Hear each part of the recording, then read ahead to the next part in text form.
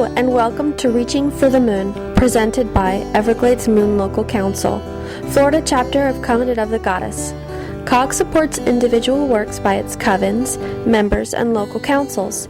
It's a vibrant network of a myriad of Wiccan and witchy resources, religious support, friendships, service opportunities, and more. What is CoG? I'm Serona, Public Information Officer for Everglades Moon Local Council, and I am CoG. To find out more, visit our website, emlc.net, our Facebook page, facebook.com/Everglades Moon, and follow us on Twitter, @EMLCTweets. For our Lammas episode, we're going to have a back-to-school Pagan Parenting segment, where we learn how to talk about religion with your child's new teacher. In Pandie's Pagan Projects, she'll show you how to make a candle for your altar decorations. It'll grow on you with Lord Riekin. We'll cover cayenne pepper and garlic. And I speak with Amber Moon of Officers of Avalon. And finally, we'll top it off with part 2 of Kasha's money-making workshop, this time dealing with candle magic. Don't worry, the audio's much better on this one. But before we begin, I wanted to tell you a little about this year's Turning the Tide celebration. It's our annual Yule celebration held in early December. This year, save the date, it's going to be Friday, December 6th through Sunday, December 8th. And we've got Mama Gina. She's agreed to come and perform for us for Yule. You can check out our website at www.reverbnation.com/Mama Gina, MAMAGINA. She was kind enough to let me record her singing a song at the recent Summer Solstice Festival. Enjoy.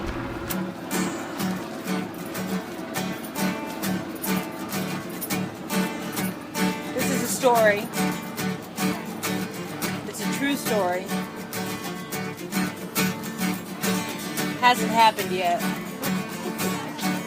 but it will. The beauty of big waters, gators in tall grass, sugarcane and tangerines, and sunshine by the glass. The realm of Okeechobee, all else magic in the wind. Feather, scale, tooth and claw, 6,000 some souls, they're preying on the rim.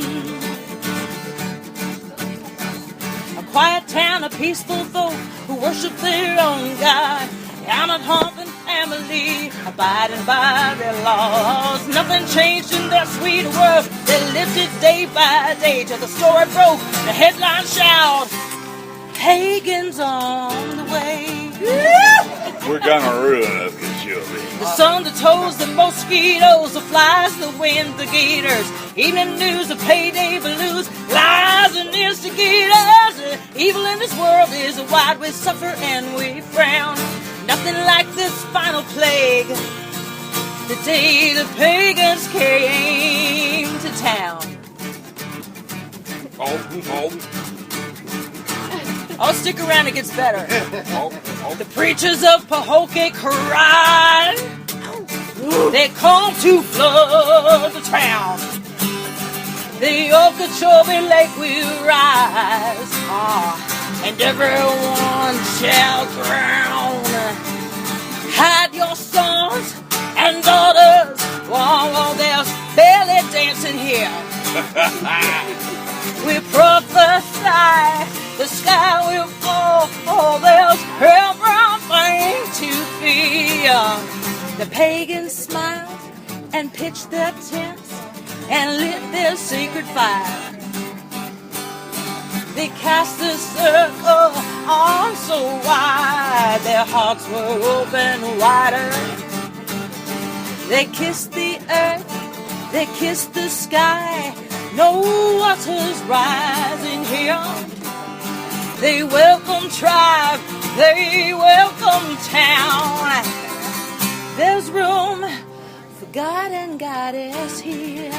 Oh, Well, the folks in the town, they still weren't really buying it. No, they were talking amongst themselves about them people that were showing up in town in tie-dye. guys wearing skirts. Guys wearing skirts, the drums, the heathens, magic spells, the runes, bones, sarongs. They're singing, dancing, dreaming, trance. What else could go wrong? The evil in this world is wide. We fear what we don't know. There's pagan plagues upon us.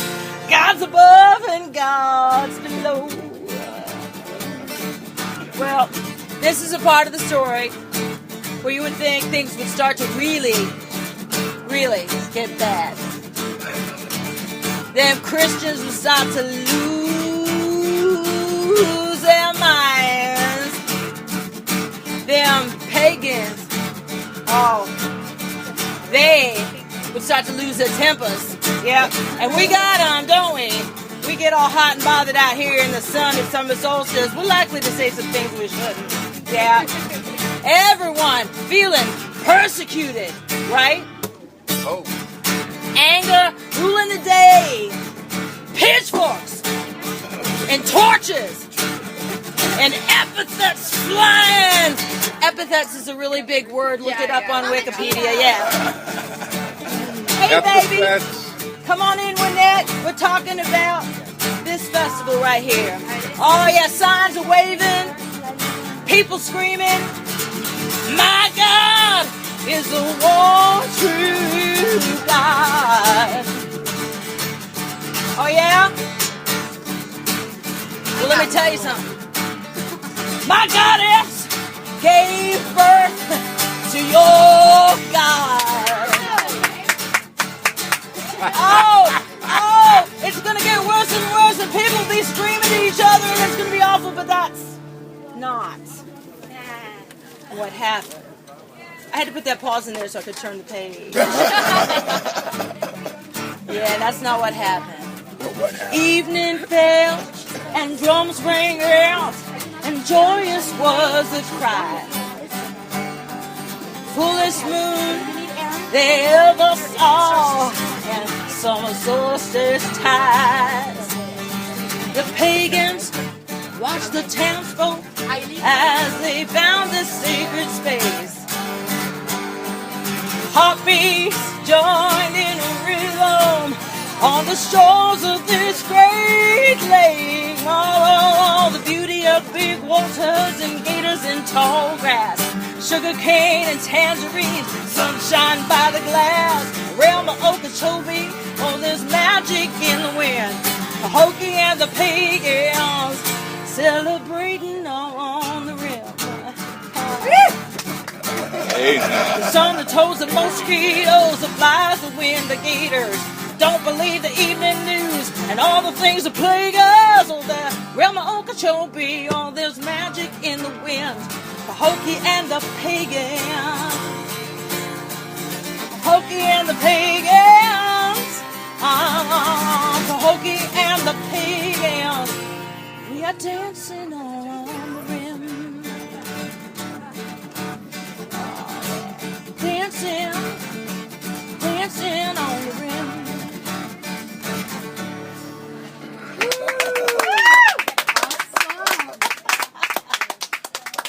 So I'm here with my friend Sheila, who is a teacher. Sheila, go ahead and introduce yourself. Hi, my name is Sheila Scanlon. I am a special ed ESD coordinator for Palm Beach County School District.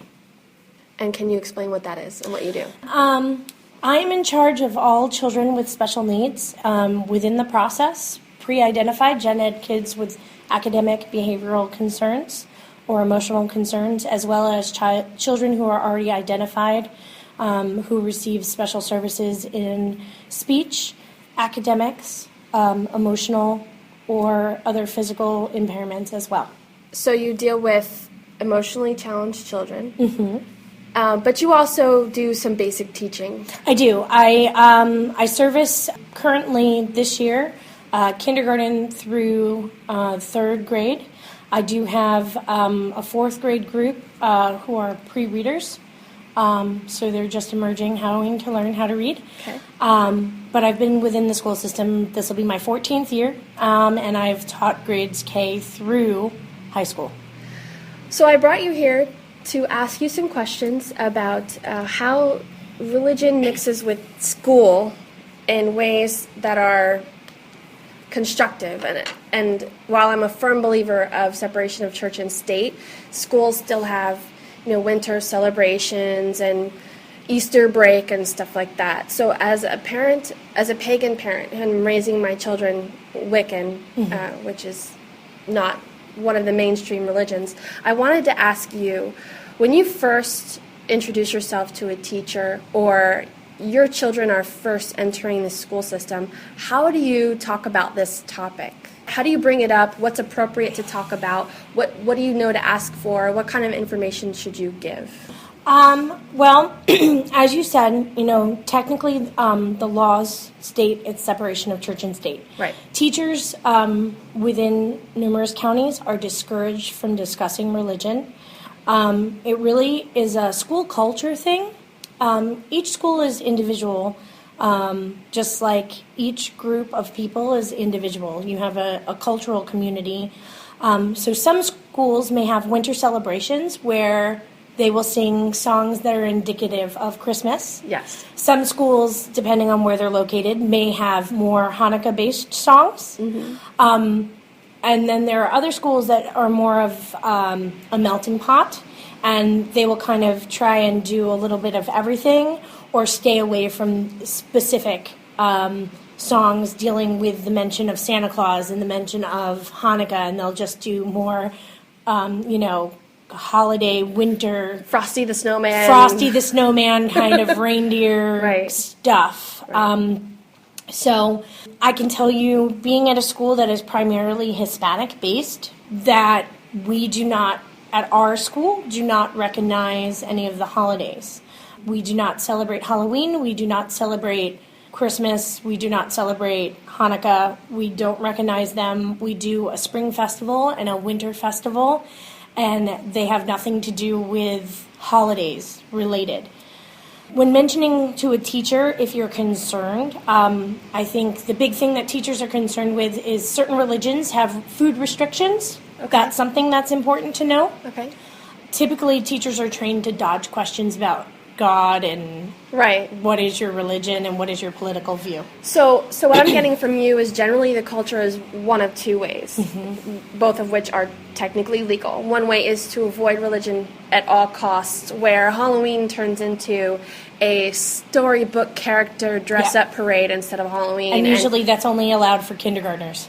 Okay, and where the winter holidays are limited to wintry themed rather than religious themed. And the other culture would be one that tries to incorporate all religions, all faiths, whatever the students happen to be. Right. How would you, I guess, is that something you should ask your school, what kind of culture they have, if that's important to you? Sometimes they don't even know what culture they have. It's kind of a live and learn basis. It's kind of like going to school for the first time and figuring out who the cool kids are. Okay. You don't really know until you're there. It's an interesting kind of thing. I think a lot of parents, less is more. Okay. Teachers don't necessarily need to be schooled in the entire faith, but maybe if there's certain traditions or certain things that you observe. Like time off. Like holidays. Time off. Now, time off is something that is recognized, usually principals, if you inform the principal. Like, for instance, I'm in a county that does not recognize some Jewish holidays. I don't know why. Oh. But we don't have certain ones off. Okay. Okay? Automatically, you mean? Automatically. Okay. Right. It's not built into our schedule, our year-round schedule. But my principal is aware of what holidays I celebrate, and if I remind him it doesn't come out of my personal time and it doesn't come out of my sick time, I am just off for that day. That the county will, honor that day off. So it's usually that for all religions, not just mainstream ones. So as far as the school is concerned, it would be inform them of the basics to let them know that your child comes from a home with a less mainstream religion. Let them know if there are any dietary restrictions and what days off they might require. Exactly. And that's pretty much all the school should be concerned about. For the most part, yeah. I mean, because we really, unfortunately, although society, we are encouraged to be open to everything, there's certain things that teachers are not supposed to discuss. Right. And get into, conversations that could lead into confrontation later on. Okay. Because people are very sensitive about religion. Yes. And they're very sensitive about different beliefs, race, all of the things are sexuality, yeah. All of those things can be triggers, and you never know who is teaching the classroom, Right. So less is more, but most school districts, because of federal law, will go ahead and honor, let's say there is a holiday that you need to observe, and it's during a school week.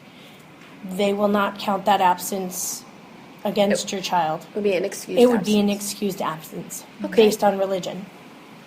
Okay, great. Well, you've answered all my questions, and I really appreciate it. I'm glad I could help. Thanks again. You're welcome.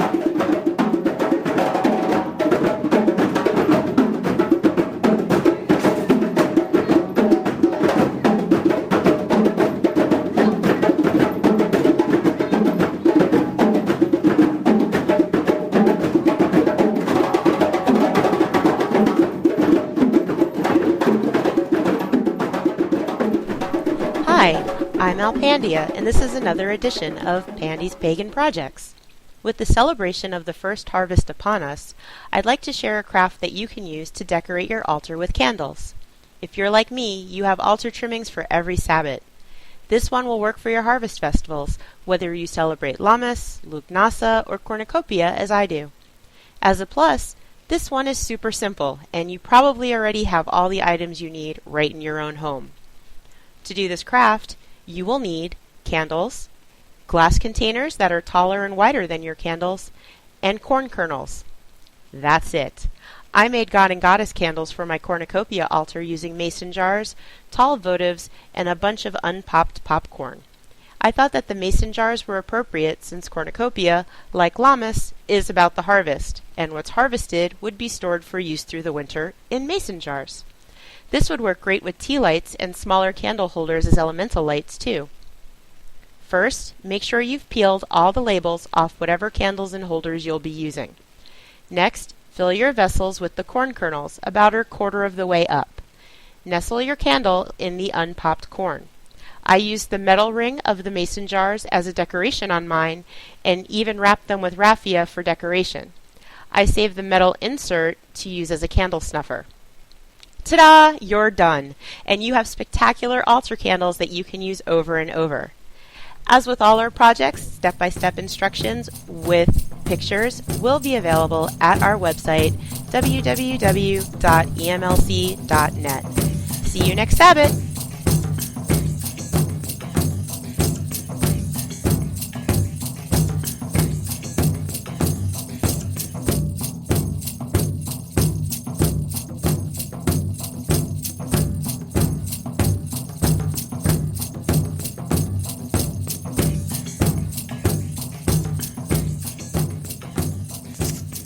Hello, this is Lady Bridget. I'm here with Lord Riekin, and he's going to talk to us today about cayenne pepper and garlic.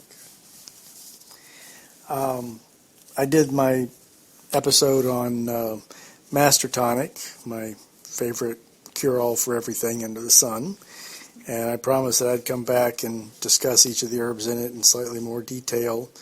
And since my intent is to do a whole thing on kitchen herbology, obviously this is the best place to start because everything in Master Tonic is used in cooking. In fact, I use my Master Tonic in cooking quite a bit.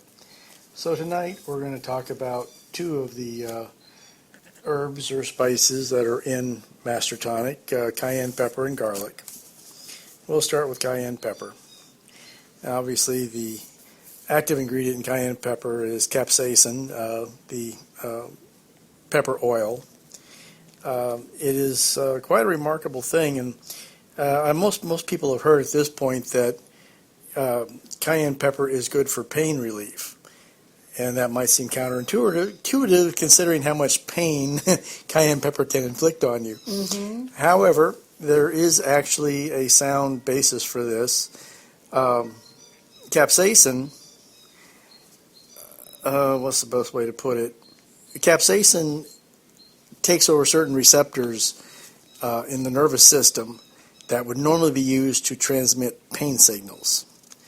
But because they're occupied by, those receptors are occupied by some of the chemicals in capsaicin, they can't be used to transmit pain.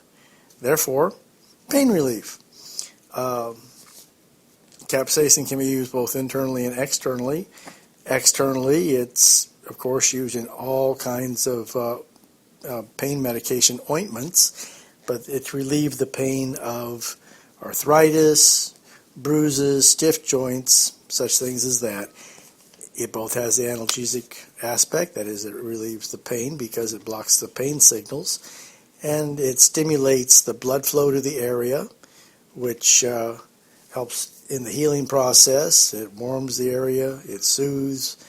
It is good not only for such things as arthritis and muscle aches and such as that, but also for many things such as psoriasis and shingles. A good ointment should have at least 0.75% capsaicin in it. If you buy an ointment with less than 0.75%, you're not going to get that much value out of it. So it's mostly topical? Well, there is the topical aspect, but also capsaicin is good for stomach issues. It's good for poor appetite. It's good for all kinds of circulatory problems. Capsaicin, or rather I should say just cayenne pepper, has all kinds of uses for blood stimulation and such, but there's some drawbacks. Capsaicin blocks the ACE inhibitors that are used in many blood pressure medications. So even though capsaicin itself helps to lower blood pressure, if you're on medication for it, capsaicin may not be properly recommended for that. Capsaicin is a blood thinner, but it's such a good blood thinner that if you're already on something like Coumadin or one of the other Flaxseed. I don't know about flaxseed, but some of the chemical blood thinners, literally taking cayenne pepper could change your dosage. Oh, maybe I'm thinking of fish oil. Yeah, I think you are. So be careful about that. But cayenne pepper in its own right can lower the blood pressure. Lowers blood substance P. That's one of the ways it works in pain medication. There is a chemical which is fired across the receptors, the nerve cell receptors, and that substance is called substance P, and it reduces that. Reduces it, you get less pain. How do you take it? Well, of course, in the topicals, it can be as ointments and such. One trick I really enjoy when I'm out at Rendezvous in January and it's pretty darn cold out, I like to take cayenne pepper with me, and I sprinkle the bottom of my foot with cayenne pepper, and then I pull on my socks. And boy, that gives you nice, warm, toasty feet, and it lasts for hours that way. Oh, wow. Works real well. Of course, cayenne pepper can be used in a lot of the food you eat. You can take a cayenne pepper tablet or capsule. However, I don't recommend it if for some reason a cayenne pepper tablet got stuck in your throat for a little while. It can do serious damage. Of course, too much of a concentration of cayenne pepper can cause skin irritations and such. I've heard people say that if you have an open cut, sprinkle cayenne pepper in there to create clotting and such. Well, okay, but sounds like it might hurt. It's kind of like cauterization. I'm not sure you're doing yourself any favors with that, because the capsicum oil on raw tissues could perhaps do more damage than good in the long run. It would probably slow down the healing process. So if you're bleeding out, okay, use it. But if you're not in a life-threatening emergency, I think you should find better things. Flour would be a better thing to staunch blood flow than cayenne pepper powder would be. What kind of dosages are we looking at? Well, again, as I said, if you're going to use an ointment, 0.75% is good. The lowest dosages you'll find on the market are somewhere in the range of 0.35%, and the highest dosage you'll find is maybe 1.1. But 0.75 is a very good standard to go by for something like that. Internally, well, in part, it's what you can handle. Cayenne pepper is actually used to soothe an upset stomach, but I'm sure you could see that a lot of people would think that cayenne pepper can cause the upset stomach. It's a matter of your weight, your general physical condition, everything else. It's kind of hard to put a number on it. If you're comfortable with it, use it. If you're uncomfortable with it, back off on it. Certainly, if you take cayenne pepper, you're going to get a circulatory flush over your whole system. Okay. So, that's has all kinds of good benefits. Of course, one of my favorite things is if I'm getting a flu, any kind of viral infection that generates a fever, I like to combat that by taking cayenne pepper, usually in the form of the master tonic, but if nothing else, I'll just take some straight Tabasco sauce. Anything that will spike an artificial fever, that will help me to combat the virus. If you don't have a fever, if it's a cold and you don't have a fever, the only thing cayenne pepper is going to do for you is to help clear your sinuses. And now on to garlic. Antibiotic and antiseptic. Both World War I's and World War II, let's say particularly. The soldiers in the French countryside, the Italian countryside that were treated with garlic in their wounds had less sepsis and a better healing outcome than those who were being treated with the new modern antibiotics and the sulfur drugs and such. Although that's amusing in and of itself when you say that it's better than the sulfur drugs, because many of the antibiotic and antiseptic aspects of garlic is based on the sulfur-containing compounds in the food itself. Garlic can help with heart disease. It softens plaque buildup and helps prevent plaque buildup and softens the buildup of plaque that's been there and allows the body to get rid of it. It's a huge immune system booster. It can reduce high blood pressure anywhere from 5 to 8%. I mean, that's pretty big, 5 to 8% just from taking some garlic every day. And eating is the best way to get it. The good effects and the healing effects of garlic are best appreciated when you're taking fresh garlic or freshly cooked garlic. It isn't nearly as good when you're just taking a supplement. Better to take a supplement than take nothing, and that's all you have time for, that's fine. But just remember, if you can just hike up the amount of garlic you're taking in your diet on a daily basis, you'll do yourself the most good there. Part of the reason that garlic is so universal is because it's incredibly rich in a wide range of antioxidants. So anything that you've heard that antioxidants are good for, garlic is going to help. Garlic has been shown to even help with Alzheimer's. Wow. You take garlic every day, it'll help stave off Alzheimer's. It helps prevent a cold. If you do get a cold, even though you're on garlic, you'll probably find that you're going to get over the cold a whole lot faster than your coworkers, which is one of the things I always chuckle about with my Master Tonic, is I get well so much quicker than they do when we all get sick from the same thing. So it helps prevent the colds. It fights,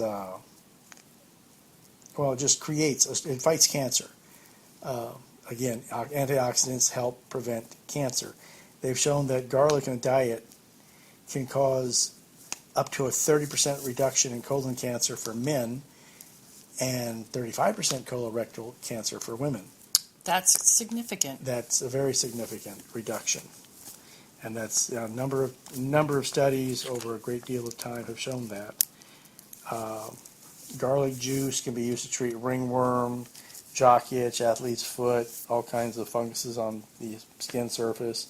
Garlic is a blood thinner, so again, things like Coumadin, is not a good idea to take the garlic. If you're taking Coumadin, you're at least take it on a very regular basis and let the doctor adjust your Coumadin accordingly.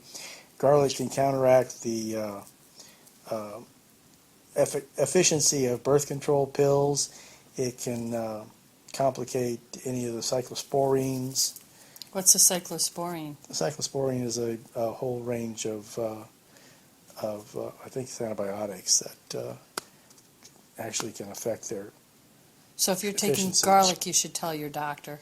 Oh, definitely. And he'll probably tell you to stop taking it while you're on this stuff.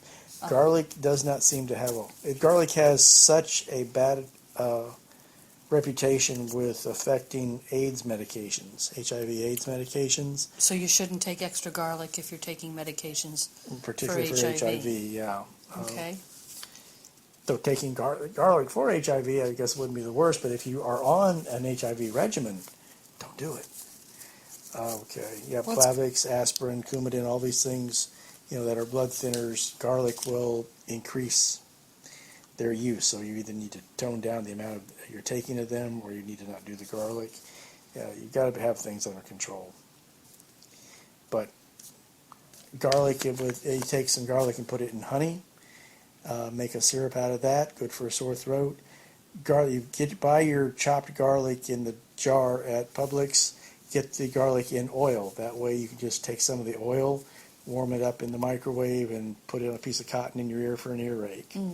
Otherwise, you're going to need to take a couple of tablespoons of garlic, put them in a little jar with a few tablespoons of olive oil, and let that sit out and soak into each other for a good while.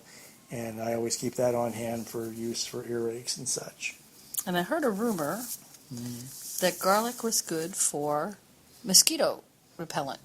I've always found that to be the case. Whenever we're going to go camping, I start my garlic intake a few days ahead of time. And, there's over 80 varieties of mosquito, and a few of them must be Italian, because there's always a few mosquitoes that are not fazed by it, but you'll see entire varieties of mosquito that will stop 5 inches short of you. But the ones who do bite you, if you have garlic in your system, then they don't have the impact. You don't itch and itch and itch from them. You're not going to rip yourself apart. Either you get stung, you get bit, whatever you want to call it, you get sucked, and the next morning there's no big red welt, there's no lingering after effect. From personal experience, I can say that also applies to ant bites. Yes, it does. Yes, it does. And you can also apply a bit of the garlic oil directly onto the ant bite, and it also has a good effect on it. So anything from psoriasis in the scalp to whatever, add it with some vinegar, like I said, garlic and honey, whatever. It works well for all of them. But I seem to be running out of time, so we'll cut it off now. So that's the scoop on... Take your garlic by the scoop. That's the scoop. Well, I was going to say that's the scoop on garlic and on red pepper. Yep. Two of the ingredients in the Master Tonic. Awesome. We'll go into some others as we go along here. Well, thank you.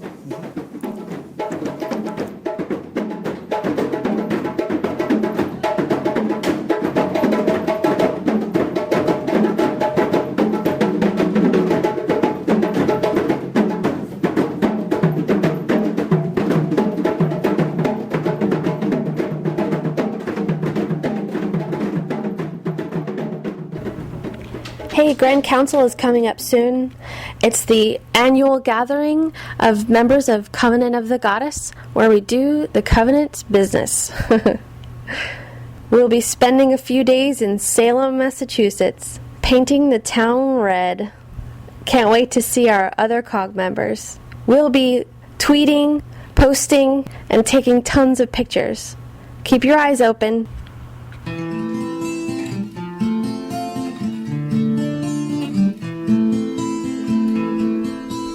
Late was the hour and dark was the night, far from my hearth was I, when deep in the wood of flickering light I by some chance did spy. I had the coin to buy a bed, perchance a pint or two, but high was the price I paid that night to taste of Riekin's brew, to taste of Riekin's brew. A fire burned bright in the heart of the wood, a weird little man danced around. The clearing where his weird little cottage stood, with caper, leaf, and bound, and from a skin close by his side full many a draught he drew. He'd caper a jig, then take a swig, and another of Riekin's brew, and another of Riekin's brew. He saw me there, well met, said he, and gave a wicked grin. He gestured to his little house, and bade me enter in. We'll fill our bellies, warm our toes, and trade a tale or two. And then with a wink he said, we'll drink a round of Riekin's brew, a round of Riekin's brew. He entered in his little house, I followed all stooped and low. I crouched down on a wee little chair, my back bent like a bow. In a bowl the size of a walnut shell, he fed me rabbit stew, and an acorn cup to the brim filled up with a dram of Riekin's brew, with a dram of Riekin's brew.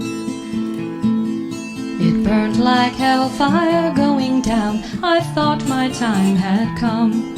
I fell from the stool and crashed to the ground, my heart beat like a drum. A darkling mist hung o'er my eyes and covered all in view. I then slept deep and dark the sleep that comes of Riekin's brew, that comes of Riekin's brew. When I awoke, the queer little house seemed nowhere near as small, and the trees that ring the clearing round seemed now 10 times as tall. My kerchief serves as mantle now, my bed was once my shoe. I'm less than half the soul I was for drinking Riekin's brew, for drinking Riekin's brew. If you should wander through the wood and from your path you stray, if by some chance your footsteps should to lead you down this way, then fill your belly, warm your toes, but friend, whatever you do, even though your thirst be at its worst, don't taste of Riekin's brew, don't taste of Riekin's brew.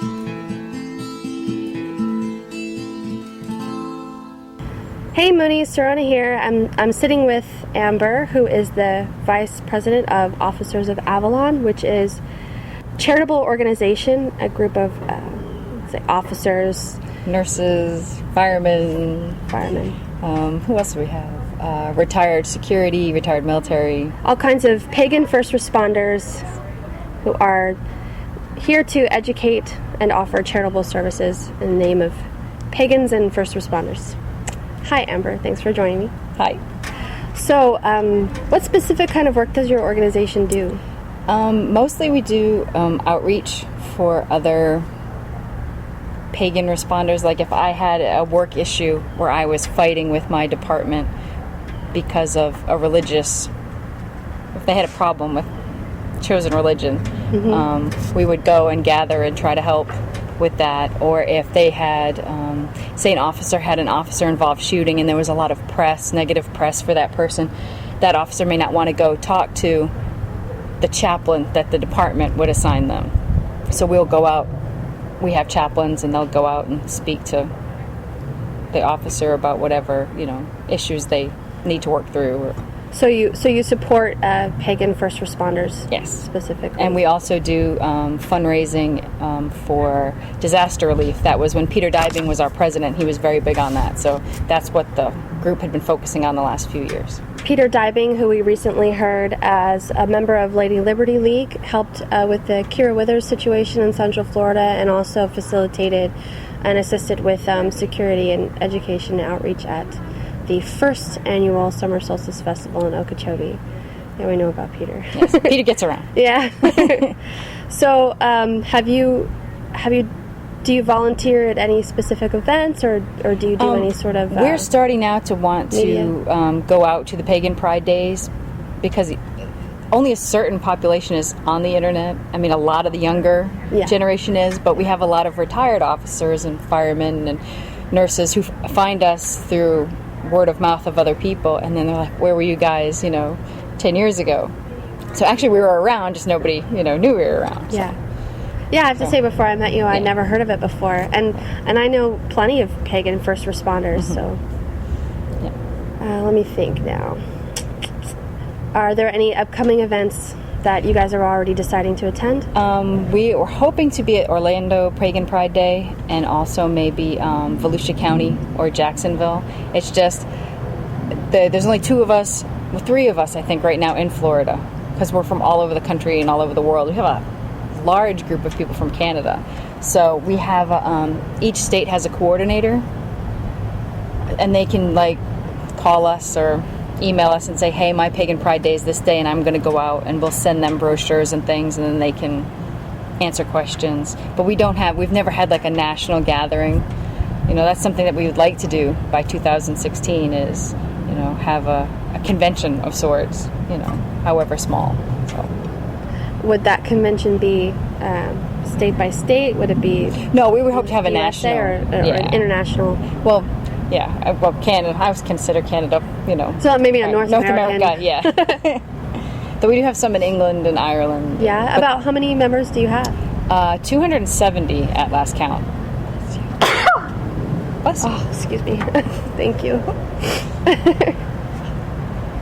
Okay. 270 members worldwide. Worldwide.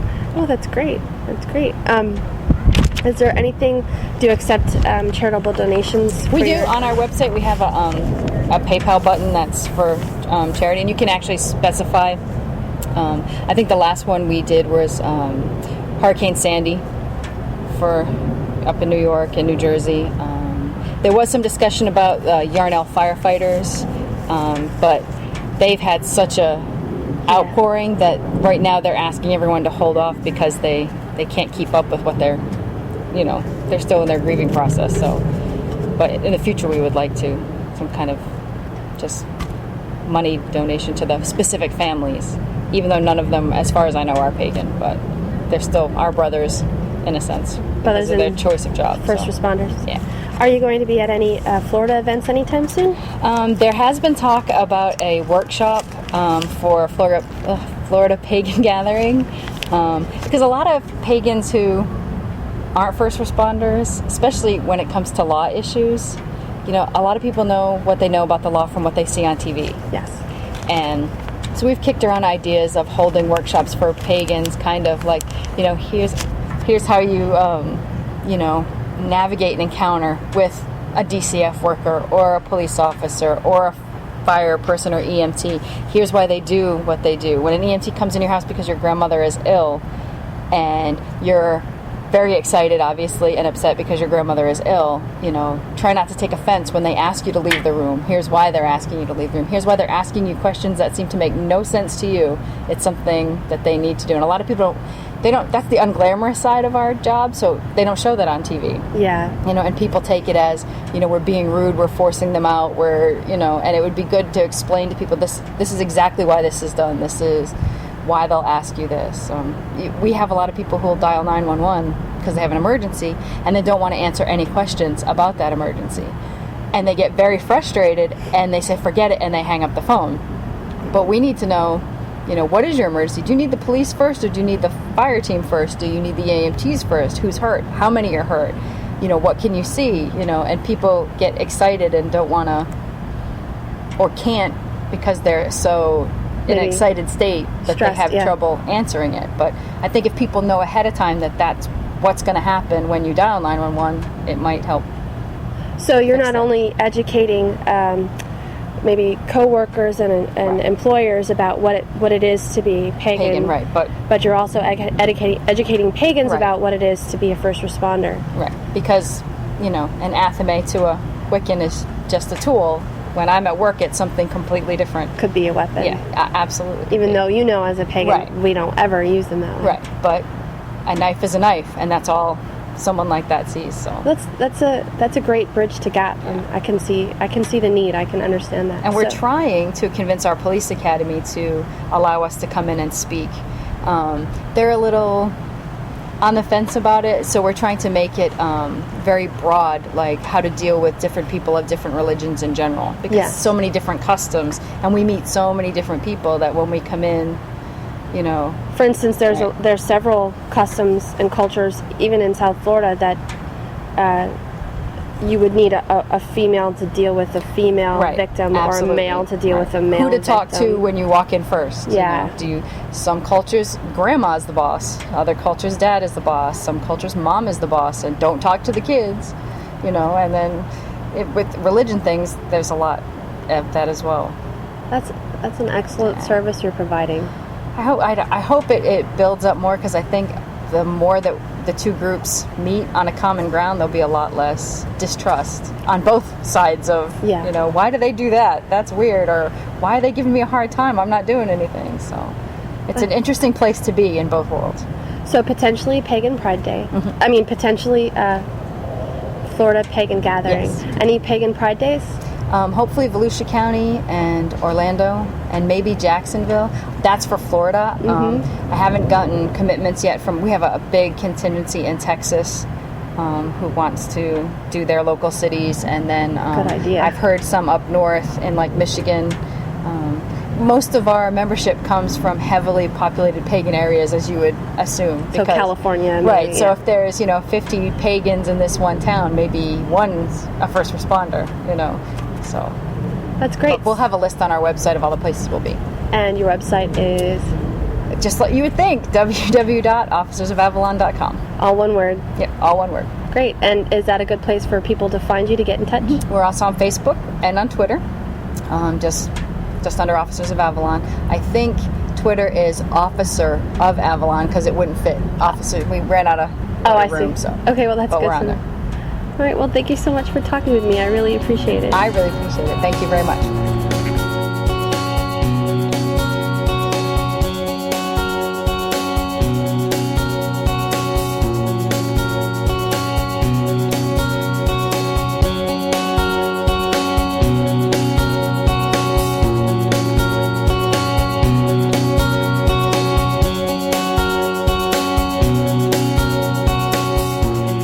This is Kasha, and we're going to talk about the second part of our money drawing workshop, and that is one way to prepare a money drawing candle.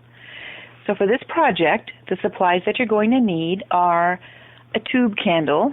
That's one of those glass encased candles. Sometimes they're called a 7-day candle, in the appropriate color, and I like green, but if you can't get a green one, a white one would work, or a gold one. You need a long, sharp object. I like to use a 12-inch bamboo skewer, the kind that you use for making shish kebabs.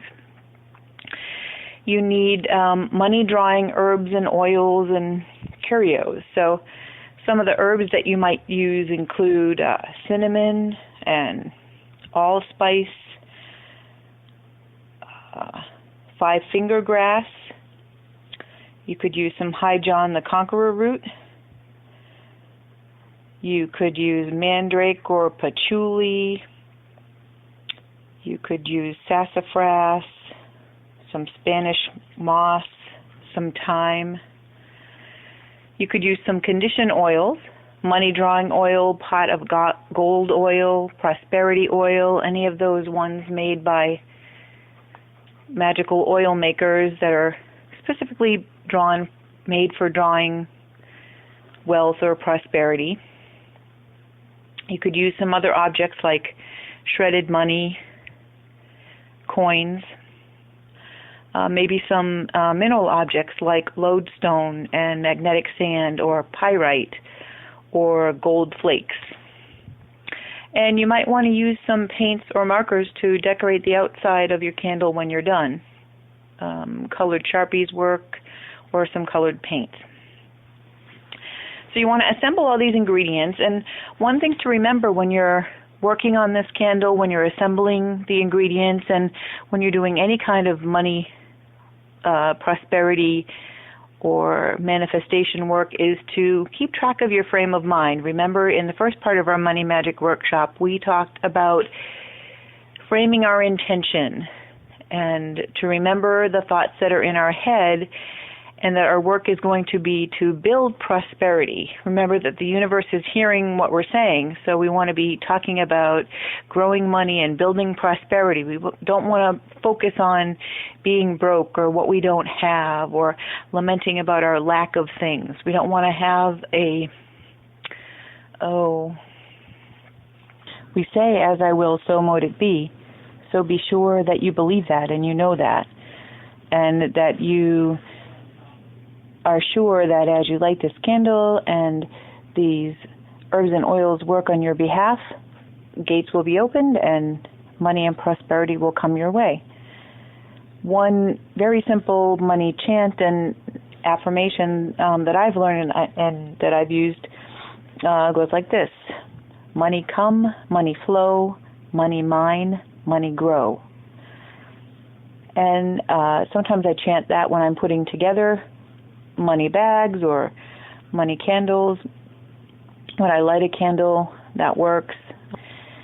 So this is Kasha. I hope that I've given you a little bit of a tip here, that you try out putting together a money candle on your own, that you burn it with great success, that you open the gates for prosperity to come your way, and you have a green and gold prosperous future. Blessed be.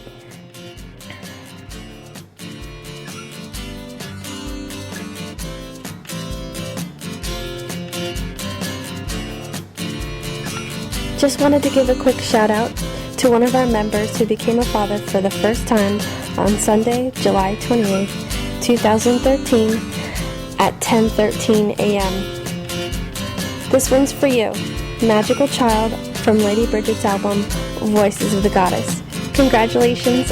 That about wraps it up for Lammas edition of Reaching for the Moon. Hope you enjoyed it. Until next time, blessed be.